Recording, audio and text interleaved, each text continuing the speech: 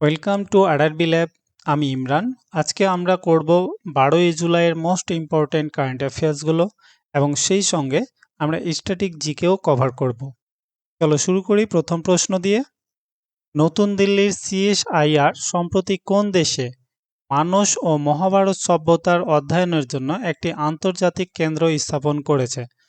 তো এই যে মানস ও মহাভারত সভ্যতার অধ্যয়ন, এটা কোথায় করেছে? কিরগিজস্তানে। আচ্ছা, আমাদের দেশের যেমন বিখ্যাত মহাকাব্যের নাম হলো মহাভারত, সেরকম কিরগিজস্তানের বিখ্যাত মহাকাব্য হচ্ছে মানস। আমাদেরটা লিখিত কিন্তু তাদেরটা মৌখিক। তো এই মানস ও মহাভারত সভ্যতার যে অধ্যয়ন, সেটা কোথায় করা হবে? একটা আন্তর্জাতিক কেন্দ্র করা হবে। কোথায়? কিরগিজস্তানে। কিরগিজস্তান কিরগিজস্তান কোথায় রয়েছে? ভারতের ঠিক উত্তরেই রয়েছে কিরগিজস্তান। আর কিরগিজস্তানের রাজধানী হলো বিশকেক। এই বিশকেকেই এই কেন্দ্রটি করা হবে। আর এখানকার মুদ্রার নাম কি? সোম। আচ্ছা, কিরগিজস্তানের সঙ্গে আমাদের একটা বিখ্যাত মিলিটারি এক্সারসাইজ হয়, সেটা হচ্ছে খানজার এক্সারসাইজ।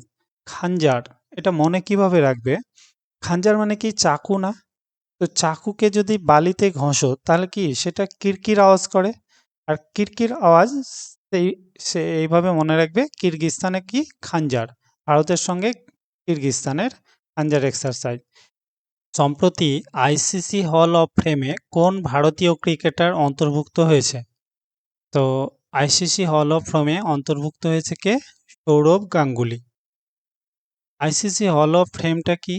এটা হলো আন্তর্জাতিক ক্রিকেটের একটি সম্মানজনক তালিকা, যেখানে ক্রিকেট ইতিহাসের সর্বকালের সেরা খেলোয়াড়দের স্থান দেওয়া হয়। তো এখানে কে? সৌরভ গাঙ্গুলি এই ভারতীয় ক্রিকেটার হিসেবে এবার অন্তর্ভুক্ত হয়েছে ICC hall of fame.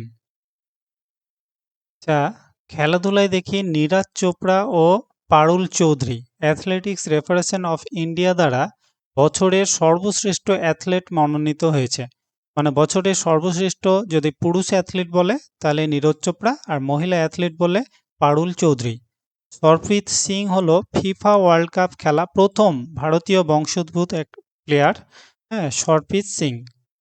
R Neeraj Chopra Doha diamond লিগে সে চতুর্থ স্থান অর্জন করেছে।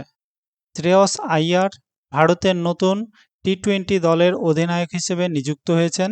আর প্রজ্ঞানানন্দ, এটা নরওয়ে দাবার খেতাব জেতা প্রথম ভারতীয় দাবাড়ু হলো আর প্রজ্ঞানানন্দ। মনপ্রীত সিং ভারতের হয়ে সবচেয়ে বেশি ম্যাচ খেলা হকি প্লেয়ারের নাম কি? মনপ্রীত সিং। সবচাইতে বেশি হকি খেলেছে কে? মনপ্রীত সিং। আর যোগাসন 2030-এর কমনওয়েলথ গেমসে নতুন খেলা হিসেবে অন্তর্ভুক্ত হবে। আচ্ছা, খেলাধুলা রিলেটেড এক্সামে কারেন্ট অ্যাফেয়ার্স তোমরা দেখতে পাবেই পাবে। তো রিসেন্টলি ভারতের 98তম দাবার গ্র্যান্ডমাস্টার হয়েছেন কে? এটা তোমরা কমেন্ট বক্সে অ্যান্সার করো। এইটা পুরস্কার রিলেটেড প্রশ্ন। তোমরা খেলার পরেই কিন্তু পুরস্কার, এই দুইটা জিনিস প্রচুর ইম্পর্ট্যান্ট। এক্সামে যদি সব থেকে বেশি আসে দেখবে খেলা, আর খেলার পরে পরেই আসবে পুরস্কার। দূরসঞ্চার বিভাগের মানে টেলিকমিউনিকেশন বিভাগের কোন উদ্যোগকে WSIS 2026 পুরস্কারে সম্মানিত করা হয়েছে? এই WSIS পুরস্কারে কাকে করা হয়েছে? সমৃদ্ধ গ্রাম নামে একটা উদ্যোগ নিয়েছে, যে আমাদের টেলিকমিউনিকেশন বিভাগ, এই সমৃদ্ধ গ্রামকে এই পুরস্কারটি দেওয়া হয়েছে। আচ্ছা, এর মূল উদ্যোগ কি? এটা হচ্ছে ভারতের দূরসঞ্চার বিভাগ গ্রামীণ এলাকায় ইন্টারনেট ও ডিজিটাল সেবা পৌঁছে দেওয়ার জন্য সমৃদ্ধ গ্রামের এই প্রোগ্রামটি চালু করেছে। গ্রাম শুনেই তোমরা বুঝতে পারছো যে এটা গ্রামে গ্রামে ইন্টারনেট ও ডিজিটাল সেবাকে প্রসার করবে। আর ভারতনেট প্রকল্পের মাধ্যমে হাই স্পিড ইন্টারনেট সংযোগ নিশ্চিত করা। ঠিক আছে, তাহলে WSIS এই পুরস্কার কি? সমৃদ্ধ গ্রাম নামে এই উদ্যোগটাকে দেওয়া হয়েছে। আচ্ছা, পুরস্কারে দেখে নাও দ্য আর্থ প্রাইজ বিধান ছাবড়িয়া, আরিয়ান আগারওয়াল আর Adhyayan Mehta. The earth prize এই তিনজন পেয়েছে। এই তিনজন কি করেছে? আমরা যে আজকাল প্লাস্টিকের বোতল বা প্লাস্টিকের যে কোনো জিনিস এত ইউজ করি, সেখানে অনেক ক্ষুদ্র ক্ষুদ্র মাইক্রোপ্লাস্টিক থাকে। তো এই মাইক্রোপ্লাস্টিককে জল থেকে অপসারণ করার যে পদ্ধতি এই তিনজন বের করেছে, সেটা তেঁতুলের বিচির মাধ্যমে সম্পূর্ণ অর্গানিক পদ্ধতিতে করেছে। তো তার জন্য এই তিনজনকে দেওয়া হয়েছে দ্য আর্থ প্রাইজ, বিধান ছাবড়িয়া, আরিয়ান আগারওয়াল আর Adhyayan Mehta. Princess of Asturias award Lionel Messi, প্রচুর ইম্পর্টেন্ট।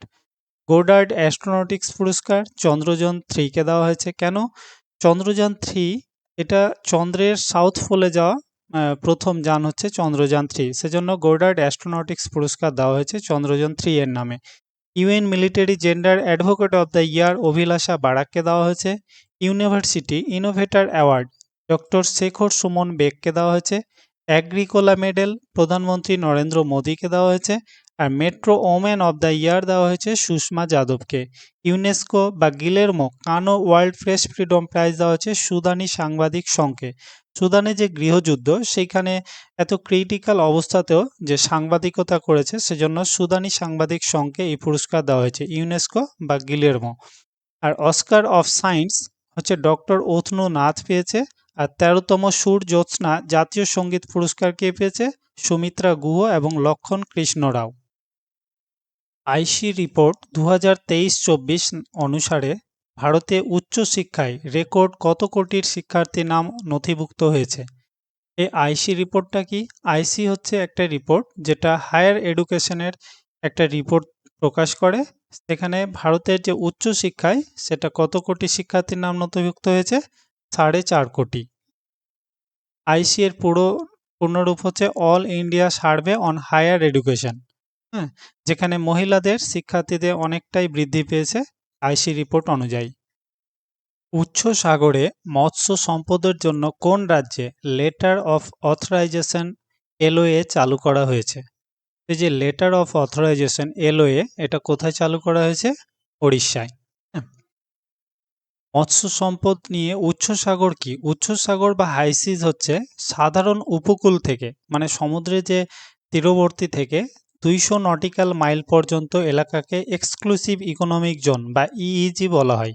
আর এর বাইরের যে জলসীমা সেটা আন্তর্জাতিক জলসীমার মধ্যে পড়া হয়। একে বলা হয় উচ্চ সাগর বা আন্তর্জাতিক জলসীমা। তো এইখানে যে লেটার অফ অথরাইজেশন এলওএ চালু করা হয়েছে এটা কোথায় হয়েছে? ওড়িশায়। এটার উদ্দেশ্য কি ছিল? এটা ছিল ভারতীয় মৎস্যজীবীরা যাতে এই আন্তর্জাতিক জলসীমার নিয়মগুলোকে মানে এবং পরিবেশের কোনো রকম ক্ষতি না করে। বিশেষ করে টুনা মাছের মতো মূল্যবান মাছগুলোর মৎস্য সম্পদ শিকার না করে। আচ্ছা, হ্যাঁ, টুনা মাছ তো করবেই কিন্তু ছোট টুনাগুলো যাতে না করে। তো ওড়িশার আমরা স্ট্র্যাটেজিকে যা আছে সম্পূর্ণটাই কভার করব। ওড়িশার রাজধানী কি? ভুবনেশ্বর। এই হচ্ছে ম্যাপে ওড়িশা। এর রাজধানী ভুবনেশ্বর। মুখ্যমন্ত্রী মোহনচরণ মাঝি। রাজ্যপাল হচ্ছে হরিবাবু কাম্বমপতি। আচ্ছা, ওড়িশায় যে একটা বন্দর রয়েছে পারাদ্বীপ বন্দর, এটা হচ্ছে ভারতের সবথেকে পরিষ্কার পরিচ্ছন্নতম বন্দর কি? পারাদ্বীপ বন্দর। আর এখানে একটা বিখ্যাত মন্দির কোণার্ক সূর্য মন্দির। এক্সামে প্রচুর আসে এটা। হ্যাঁ, একে ব্ল্যাক প্যাগোডাও বলা হয়। আর গঙ্গা রাজবংশের রাজা প্রথম নরসিংহদেব এটি নির্মাণ করেছিল। কে নির্মাণ করেছিল? কাকে ব্ল্যাক প্যাগোডা বলা হয়? এভাবে এক্সাম আসে। তো কোণার্ক সূর্য মন্দির কোথায়? ওড়িশায়। আর চিল্কা হ্রদ ভারতের বৃহত্তম নোনা জলের হ্রদ হলো এই চিল্কা হ্রদ, ওড়িশাতেই রয়েছে। তোমরা রিসেন্টলি যে কোনো এক্সামে আশা করি শিমলিপাল আর ভিতরকণিকা ন্যাশনাল পার্ক কোন রাজ্যে অবস্থিত সেটা কোয়েশ্চেন পেয়েছো। তো এই দুইটা কোথায়? ওড়িশায়। আর এখানে একটা শাস্ত্রীয় নৃত্য ওড়িশি রয়েছে। শাস্ত্রীয় নৃত্যগুলো কতটা? এখন বর্তমানে ৮টা। কোথায় কি একবার দেখে নাও। মণিপুরে হচ্ছে মণিপুরি, আসামে হচ্ছে সাত্রীয়, উত্তরপ্রদেশে কত্থক, আর ওড়িশায় ওড়িশি, অন্ধ্রপ্রদেশে কুচিপুড়ি, ভারতনাট্যম হচ্ছে তামিলনাড়ু, আর কেরালায় মোহিনাট্যম, আর একটা হচ্ছে কথাকলি। হ্যাঁ, দুইটা প্রচুর ইম্পর্টেন্ট। তো ৮টা এখন এই শাস্ত্রীয় নৃত্য। পুরী জগন্নাথ মন্দির এবং রথযাত্রার জন্য বিখ্যাত। কোথায় রয়েছে পুরী? ওড়িশায়। আর হীরাকুদ বাঁধ ভারতের বৃহত্তম বাঁধের নাম কি? হীরাকুদ বাঁধ। এটা কোথায় রয়েছে? ওড়িশায়। কোন নদীর উপর বললে? মহানদী নদীর উপর। আর রাউরকেলা ইস্পাত কারখানা কোথায় রয়েছে? ওড়িশায়। আচ্ছা, রাউরকেলা ইস্পাত কারখানা, দুর্গাপুর ইস্পাত কারখানা, ভিলাই ইস্পাত কারখানা এগুলো এক্সামে তোমাদের আসে যে এগুলো কোন রাজ্যে অবস্থিত। আর একটু মিস্টেক হয়ে সিলি মিস্টেক করে দিই। তো রাউরকেলা এটা আমরা মনে কিভাবে রাখবো? সাপোজ তুমি ওড়িশা তো সমুদ্রের ধারেই, তো এখানে তুমি কলা খাচ্ছ, কলার যে খোসাটা সেটা তুমি ফেলে দিলা আর বললা তুমি যা। কলা ফেলে তুমি বলছো যা, যা মানে কোথায়? জার্মানি। আর কলা কোথায়? ওড়িশা। তো রাউর কেল্লা, কেল্লাকে কলা, তো রাউর কেল্লা ইস্পাত কারখানা কোথায়? এই ওড়িশাতে। হ্যাঁ, এটা জাস্ট মনে রাখার জন্য এইভাবে আমাদের মনে রাখতে হবে। তালচের কয়লা খনি কোথায়? ওড়িশায়। আজকের মজাদার একটা বিয়ে, যেখানে দুটা হিউম্যানয়েড রোবটের মধ্যে বিয়ে সম্পন্ন হয়েছে, তবু আবার জাঁকজমকপূর্ণ অনুষ্ঠানের মাধ্যমে। এটা কোন দেশে হয়েছে? এটা হয়েছে তোমার গিয়ে রাশিয়ায়। আজকাল রোবটেরও বিয়ে হচ্ছে। হ্যাঁ, সম্প্রতি রাজস্থানের ২০০ বছর পুরনো কোন ঐতিহ্যবাহী জুতো জিআই ট্যাগ লাভ করেছে? তো যখনই জিআই ট্যাগগুলো আসবে সেইগুলো তোমরা ভালোভাবে দেখবে। এগুলো প্রচুর ইম্পর্ট্যান্ট, এক্সামে ডাইরেক্ট প্রশ্ন আসে। রাজস্থানে যে ২০০ বছর পুরনো জুতো এটা জিআই ট্যাগ করেছে, সেটা কি? সেটা হচ্ছে যোধপুরি মজরি। মজরি মানে হচ্ছে জুতো। আমরা জুতো বলছি, তারা মজরি বলছে। তো যোধপুরি মজরি, এটা একটা ট্র্যাডিশনাল জুতো তাদের। হ্যাঁ, সম্পূর্ণ হাতে তৈরি সূক্ষ্ম এবং চমৎকার নকশার জন্য এটি বিশ্বজুড়ে বিখ্যাত। এগুলো ট্র্যাডিশনাল জিনিস, তো ধীরে ধীরে এগুলো জিনিস আমাদের সমাজ থেকে বিলুপ্ত হয়ে যাচ্ছে। এই যে জিআই ট্যাগ দিল, এর মাধ্যমে যে লোকাল যারা ব্যবসা করে তাদের একটা ব্যবসায় বৃদ্ধি হবে। হ্যাঁ, তো যোধপুরি মজরি কোথাকার? রাজস্থানের জিআই ট্যাগ পেয়েছে। আচ্ছা, জিআই ট্যাগগুলো তাহলে দেখে নিই। রাজস্থানে আর কি? নাগরী অশ্বগন্ধা পেয়েছে রিসেন্টলি, অন্ধ্রপ্রদেশে পন্ডু খাদি, তামিলনাড়ুর ওড়াই উড় কটন শাড়ি, গোভিন্দাপাদি সুগার, মধ্যপ্রদেশে খুরাসানি তেঁতুল, আর পান্না ডায়মন্ড। ডায়মন্ড সব থেকে বেশি কোথায় পাওয়া যায়? এই মধ্যপ্রদেশে। তো পান্না ডায়মন্ড জিআই ট্যাগ কোথায়? মধ্যপ্রদেশেই। গুজরাটের জসদান পটারি সিন্দুক, কাচ্চি খাড়ে খেজুর, গোয়ায় ওজোফেনি, মেঘালয়ের রিন্ডিয়া সিল্ক, উত্তরপ্রদেশে ইমারতি, তিরঙ্গা বরফি, বেসন কা লাড্ডু, মহারাষ্ট্রে পেয়েছে সিতার ও তানপুরা, একটা বাদ্যযন্ত্রের দুইটা বাদ্যযন্ত্র সিতার ও তানপুর।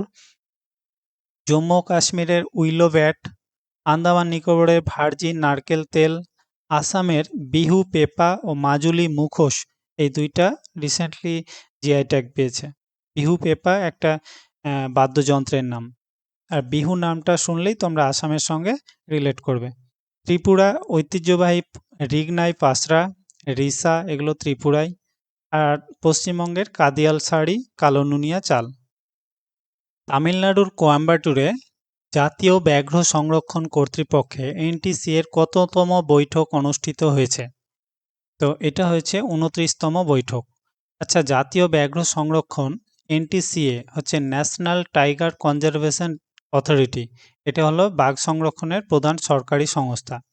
তোমরা এখন ব্যাঘ্র সংরক্ষণের ব্যাপারে যা রিসেন্টলি নিউজে পাবে, প্রচুর ইম্পর্টেন্ট। এগুলো এক্সামে এখন আসছে। তোমার বাঘ কোন বন থেকে নিয়ে আসলো, বা কোন দেশ থেকে নিয়ে এসে কোন বনে ছাড়া হলো, এগুলো আছে। যেমন কুনো ন্যাশনাল পার্ক কোথায় রয়েছে? মধ্যপ্রদেশে। আর এই যে বাঘের যে গণনা হবে সেটা তামিলনাড়ু থেকেই শুরু হয়েছে, সেজন্য এই বৈঠকটা এখানে করা হয়েছে। তো এটা কততম? ২৯তম বৈঠক ছিল। কোন ভারতীয় বংশোদ্ভূত নাসা মহাকাশচারী আন্তর্জাতিক মহাকাশ স্টেশন এর উদ্দেশ্যে রওনা হবেন? তো আন্তর্জাতিক মহাকাশ স্টেশন, ইন্টারন্যাশনাল স্পেস স্টেশন, এখানের উদ্দেশ্যে রওনা হবেন কে? ইনি হচ্ছেন অনিল মেনন। ইনি রওনা হবেন। ইনাকে ২০২১ সালে নাসা ভবিষ্যৎ মহাকাশ অভিযানের জন্য নির্বাচিত করেছিল। নাসা এর ফুল ফর্ম কি? National aeronautics and space administration. আর আইএসএস হচ্ছে ইন্টারন্যাশনাল স্পেস স্টেশন। তো মহাকাশে চন্দ্রযান-২ মিশনের ডিএফএসএআর নামক পোলার্ড চাঁদের দক্ষিণ মেরুর উপপৃষ্ঠে বরফের সম্ভাব্য উপস্থিতির সন্ধান পেয়েছে। পাথফাইন্ডার নামক ভারত ও রাশিয়ার যৌথ উদ্যোগে এআই চালিত ডেটা সেন্টার স্যাটেলাইট ভারতীয় স্পেস টেক স্টার্টার পিক্সেল এবং সর্বম দ্বারা তৈরি করা হবে। সর্বম একটা এআই এর নাম, পিক্সেল এবং সর্বম এই দুইটা কোম্পানি দ্বারা তৈরি করা হবে কি? একটা ডেটা সেন্টার পাথফাইন্ডার, ভারত ও রাশিয়ার উদ্যোগে। ভারতের স্পেস টেক স্টার্টআপ গ্যালাক্সাই এর ফ্যালকন ৯ রকেটের মাধ্যমে বিশ্বের প্রথম কমার্শিয়াল স্যাটেলাইট দৃষ্টি সফলভাবে উৎক্ষেপণ করা হয়েছে।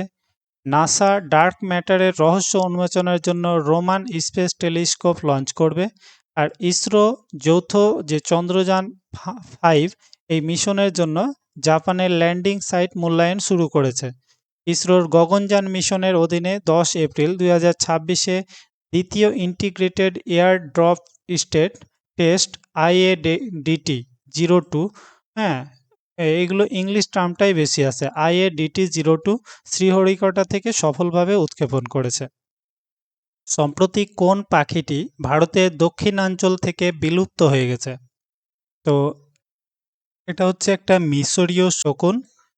তো এই ইজিপশিয়ান ভালচার পরিবেশের জন্য অত্যন্ত গুরুত্বপূর্ণ, কারণ এরা মৃত পশু পাখি খেয়ে চারপাশ পরিষ্কার রাখে এবং পরিবেশের ভারসাম্য রক্ষা করে। কিন্তু এগুলো জলবায়ু পরিবর্তন, বাসস্থান ধ্বংস, কিছু ক্ষতিকর ওষুধের প্রভাবে এই শকুনটি বিশেষ করে পুরোটাই বিলুপ্ত হয়ে গেছে। কোথায়? ভারতের দক্ষিণাঞ্চল থেকে। মিশরীয় শকুন। লাদাখের চুমুরে ভারতের প্রথম মডেল সৌরশক্তি চালিত গ্রাম হিসেবে গড়ে তোলা হয়েছে। চোংগালা ইলেকট্রিকা নামে অরুণাচল প্রদেশে একটা নতুন প্রজাপতির আবিষ্কার হয়েছে।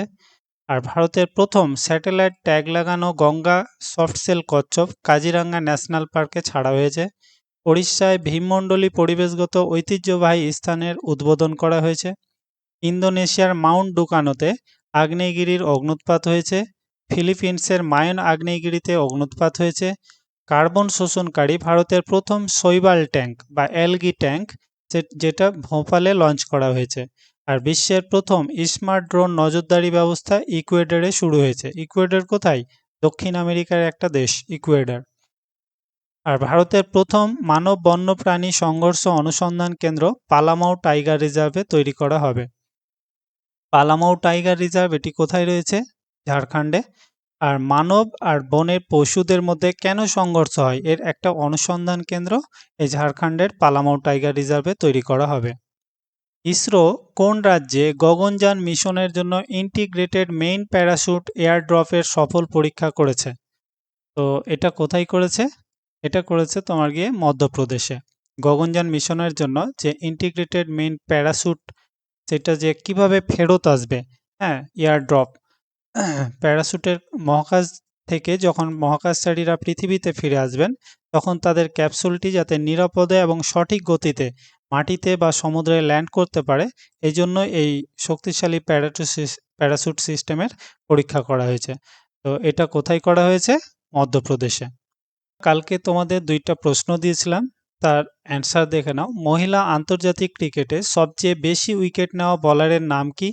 তো এটার রাইট অ্যান্সার হয়ে যাবে দীপ্তি শর্মা। আর গ্লোবাল ফায়ার পাওয়ার ইন্ডেক্সে ভারতের স্থান কত? চতুর্থ। প্রথম স্থানকে ইউএসএ, আমেরিকা। আচ্ছা, রিসেন্টলি গুরুত্বপূর্ণ ঘটনাগুলো আমি শুধু রিভিশন করছি। মিশন কায়াকল্প সরকারি স্কুলগুলোর আধুনিকীকরণের জন্য দিল্লিতে এটি শুরু করা হয়েছে। মিশন কায়াকল্প। গুরু দক্ষিণা যোজনা, উত্তরপ্রদেশ সরকার শিক্ষকদের জন্য একটা স্বাস্থ্য চিকিৎসা সেবা প্রকল্প শুরু করেছে, গুরু দক্ষিণা যোজনা। ভারত ও অস্ট্রেলিয়ার মধ্যে ইউরেনিয়ামের আমদানির ব্যাপারে চুক্তি হয়েছে। আর চীনের লাইন সাইন হলো বিশ্বের সবচেয়ে দ্রুতগামী সুপার কম্পিউটার। IMM ব্যাঙ্গালোর তোমার ইন্দোনেশিয়ায় তাদের প্রথম বিদেশি ক্যাম্পাসের স্থাপন করার ঘোষণা করেছে। উত্তরাখণ্ড সরকার সংখ্যালঘু শিক্ষা কর্তৃপক্ষ এর গঠন করেছে। আর দিল্লিতে আনারস উৎসব হবে, যেটা ত্রিপুরার কৃষি ও কৃষক কল্যাণ বিভাগের বিভাগ এই আয়োজনটা করেছে। আনারস উৎসব ত্রিপুরায় কেন? ত্রিপুরার কুইন পাইনঅ্যাপল বা রানী আনারস সেখানে প্রচুর ইম্পর্টেন্ট। তো তাদের এই কৃষি ও কৃষক কল্যাণ বিভাগ দিল্লিতে এই উৎসবটি পালন করবে। পশ্চিমবঙ্গ সরকার নারীদের নিরাপত্তা জোরদার করতে দুর্গা স্কোয়াড চালু করেছে। উত্তরপ্রদেশের মালিহাবাদী আম, যেটা জিআই ট্যাগ পেয়েছে। তুষার মেহতাকে পুনরায় ভারতের সলিসিটর জেনারেল হিসেবে নিযুক্ত করা হয়েছে। আর ভারতের পুরুষ হকি দল আন্ডার-18 এশিয়া কাপের খেতাব জিতেছে। জম্মু ও কাশ্মীরে ঐতিহ্যবাহী ক্ষীর ভবানী মেলা সেখানকার কাশ্মীরি পণ্ডিতরা আয়োজন করেছে। আর চীনের বিজ্ঞানীরা ভারত মহাসাগরে বিশ্বের সবচেয়ে বড় তিমির সমাধিক্ষেত্র খুঁজে পেয়েছে। কোথায়? ভারত মহাসাগরে। আর ইন্টেলিজেন্স ব্যুরো আইবি এর নতুন ডিরেক্টর হয়েছে মহেশ দীক্ষিত। আচ্ছা, রিসেন্টলি আমাদের প্রধানমন্ত্রী মোদি বিভিন্ন দেশে অনেকগুলো তাদের সর্বোচ্চ নাগরিক সম্মান পেয়েছে, যেমন ফ্রান্স, নরওয়ে, সুইডেন এবং লেটেস্ট পেয়েছে ইন্দোনেশিয়ায়। তো ইন্দোনেশিয়ার যে এই নাগরিক সম্মান, এটার নাম কি? এটা তোমরা কমেন্ট বক্সে অ্যান্সার করো।